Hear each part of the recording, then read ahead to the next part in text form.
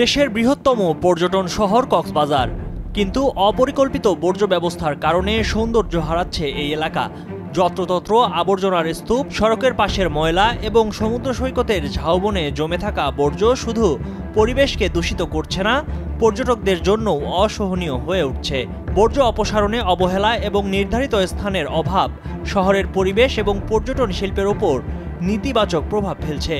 এ নিয়ে ক্ষোভ প্রকাশ করেছেন স্থানীয়রা।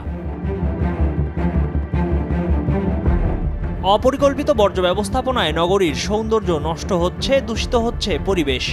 শহরের বিভিন্ন স্থানের ময়লা আবর্জনা ব্যবস্থাপনার বিভিন্ন দিক নিয়ে জানিয়েছেন এই কর্মকর্তা।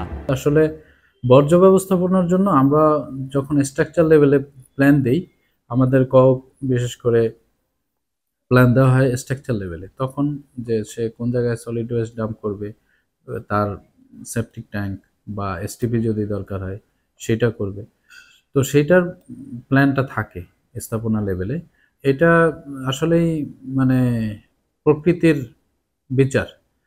আমরা যেভাবে হিউম্যান বিং অ্যাক্ট করতেছি ওইভাবে রিঅ্যাক্ট করবে প্রকৃতি, তার বিচারে অবশ্যই ছাড়বে না। সেই হিসেবে বলতে পারেন যে আমাদের কক্সবাজারে এই বর্জ্য ব্যবস্থাপনায় অনেক উইক।